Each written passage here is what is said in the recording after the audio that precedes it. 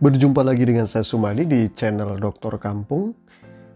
Kita akan lanjutkan kuliah dan kajian kita di bidang komunikasi.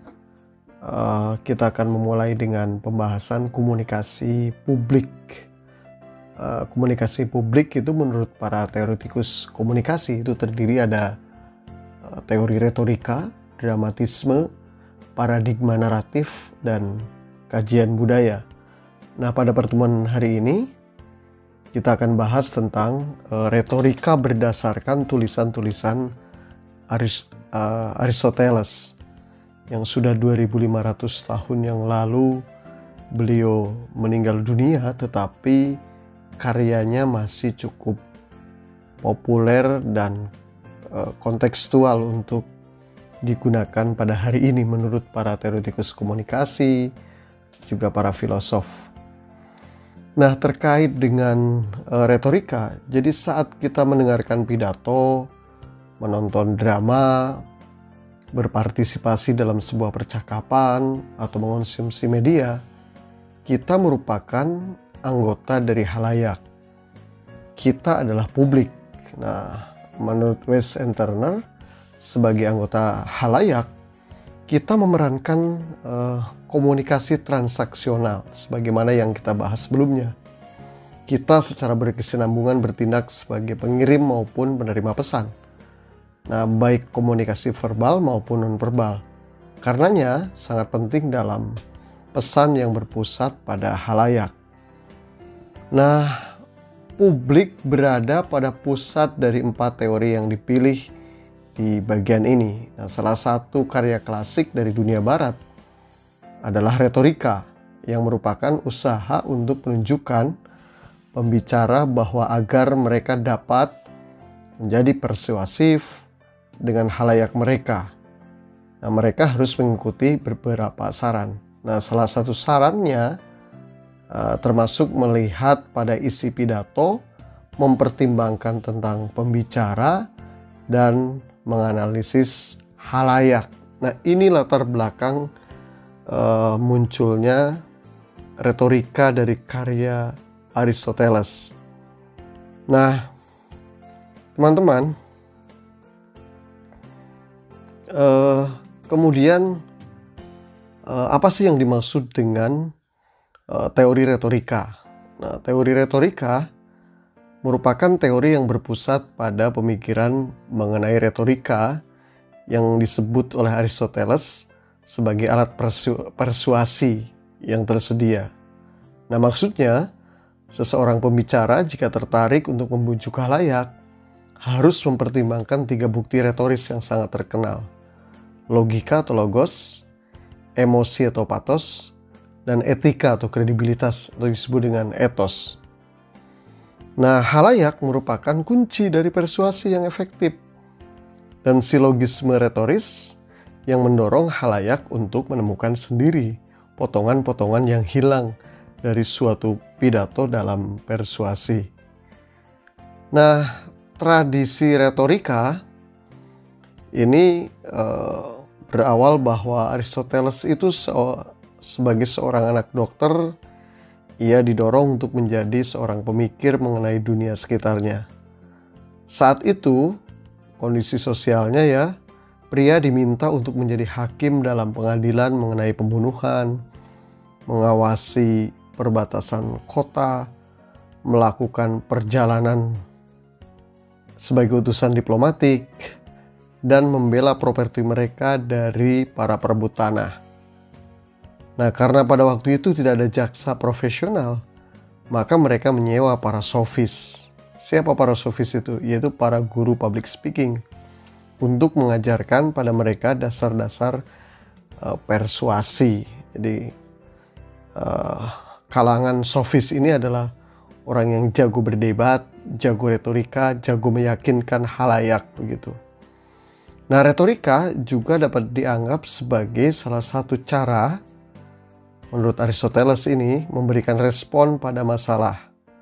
Walaupun menurut Aristoteles mempertanyakan, menurut Aristoteles tetap mempertanyakan asumsi-asumsi yang sudah ada mengenai apa yang menyusun sebuah presentasi yang efektif.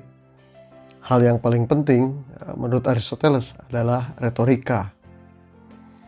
Nah, ada sejumlah istilah-istilah di dalam retorika. Ada sophist, artinya para guru public speaking, ya, atau retorika di masa Yunani kuno. Kemudian ada retorika, artinya alat-alat persuasi yang tersedia. Kemudian analisis halayak, jadi karakter, intelijensi, dan niat baik yang dipersepsikan dari seorang pembicara. Kemudian ada logos atau bukti penggunaan argumen, ya, bukti penggunaan argumen dan bukti sebuah pidato. Memang public speaking ini menjadi sesuatu yang sangat penting dalam tradisi komunikasi. Jadi retorika itu menjadi sesuatu yang sangat penting. Peran-perannya yang harus kita mainkan sebagai seorang guru, sebagai seorang penceramah, ya, sebagai seorang dosen, sebagai lawyer, sebagai hakim. Kesananya ada menteri, presiden. Ini menjadi sesuatu yang sangat penting. Karir-karir seperti itu di kompetensi dasar di Amerika Serikat misalkan, itu menjadi kompetensi yang sangat mendasar. Di Indonesia juga kompetensi itu sebagaimana kita lihat orang-orang yang aktif di publik itu, di publik yang luas adalah orang-orang yang ahli public speaking atau ahli retorika dalam bahasa lainnya. Nah, Aristoteles ini yang termasuk karya dan ini karya-karyanya sangat diakui oleh sejarawan, filosof, para pakar komunikasi. Nah, selain itu juga orang masih menganggap karya Aristoteles sebagai karya tulis yang sangat memberi kontribusi bagi sebuah apa yang disebut dengan kajian tentang public speaking atau pidato begitu. Ya, menurut Cooper bahwa apapun profesi, sekali lagi itu sangat terkait dengan kekuatan public speaking saat ini gitu. Nah, oleh karena itulah teman-teman, ada asumsi retorika dari Aristoteles. Nah, itu dituntun oleh dua asumsi. Pertama, pembicara yang efektif itu harus mempertimbangkan halayak. Ya, jadi halayaknya seperti apa? Apakah halayak akademis ya, publik akademik, gitu, atau publik umum, publik agama, publik politik, dan seterusnya, itu harus dipertimbangkan. Kemudian pembicara yang efektif juga harus menggunakan beberapa bukti dalam presentasi mereka, bukan sekedar klaim, harapan, ide, tetapi justru setiap presentasi itu membutuhkan bukti, ya, eviden yang kuat dan jelas. Nah, ada dua istilah yang sangat menarik di dalam penyusunan sebuah argumen di dalam retorika, yaitu apa yang disebut dengan silogisme. Kemudian yang kedua disebut dengan antimem gitu. Nah, apa bedanya? Kalau silogisme itu sekelompok proporsi yang saling berhubungan dan menarik kesimpulan dari premis mayor dan minor. Jadi ini semacam, kalau silogisme itu semacam kesimpulan yang keyakinannya pada sebuah kepastian. Tapi kalau antimem itu merupakan silogisme berdasarkan kemungkinan, tanda, dan contoh. Ini sebagai contoh, ini silogisme. Premis mayor misalkan beberapa politikus tidak jujur dan suka menipu. Premis minornya Sarah Collier adalah politikus. Kesimpulan, karena itu Sarah Collier adalah politikus yang tidak jujur dan suka menipu.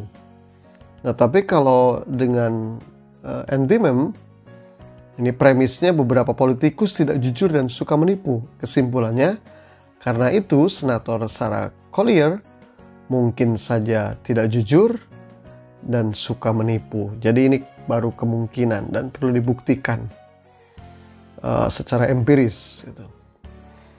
Nah, kemudian di dalam pembahasan retorika juga yang disebut dengan kanon-kanon retorika Aristoteles, ya. Jadi semacam rule, semacam teori, semacam teori yang harus dipegang untuk sebuah retorika menurut Aristoteles. Kanon yang pertama namanya penemuan. Apa itu penemuan? Yaitu integrasi cara berpikir dan argumen di dalam pidato.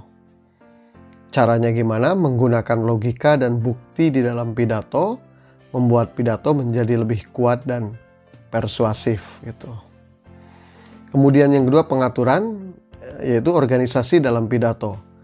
Mempertahankan struktur pidato yang membuat kredibilitas pembicara menjadi lebih baik. Kemudian gaya, jadi pengaturan bahasa dalam pidato. Jadi memastikan bahwa suatu pidato dapat diingat dan ide-ide pembicara menjadi lebih jelas.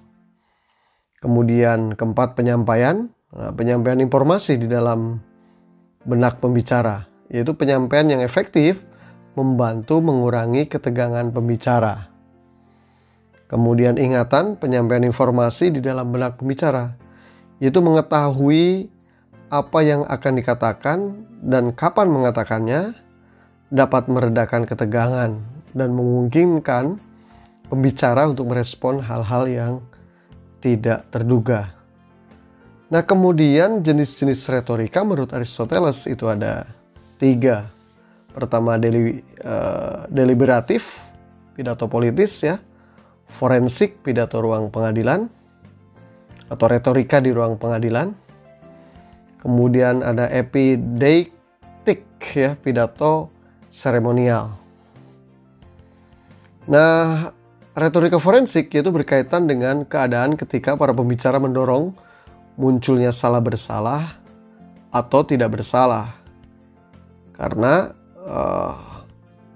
pidato forensik itu pidato di pengadilan. Jadi adu argumentasi, adu bukti tentang kebenaran yang diperbutkan di sebuah pengadilan. Kemudian retorika epideiktik yaitu wacana yang berhubungan dengan pujian atau tuduhan. Jadi ini di ruang-ruang seremonial, ruang-ruang seremoni-seremoni tertentu. Kemudian sang pembicara membicarakan sebuah keunggulan, sebuah penilaian, atau juga sebuah kekurangan. Itu. Kemudian retorika deliberatif, yaitu merujuk pada saat pembicara harus menentukan suatu tindakan yang harus diambil. Nah, bisa juga apakah harus dilakukan atau tidak boleh dilakukan. Nah, ini deliberatif itu pidato-pidato politis, pidato-pidato para politisi, ya, para pejabat negara, para pemimpin partai, yang kemudian mengambil sebuah ide dalam pembicaraan, dan itu tindakan-tindakan yang harus diambil. Nah, nanti kita akan menjelang pemilu akan menyaksikan bagaimana banyaknya retorika deliberatif antar partai, antar calon ya, yang itu mencoba meyakinkan halayak kita semua, publik. Demikian saya kira inilah yang dimaksud dengan teori retorika yang masih sangat kontekstual, masih sangat relevan untuk kita diskusikan hari ini dan kita gunakan untuk meyakinkan halayak. Terima kasih, mari untuk memperluas kita diskusikan di channel Dokter Kampung ini.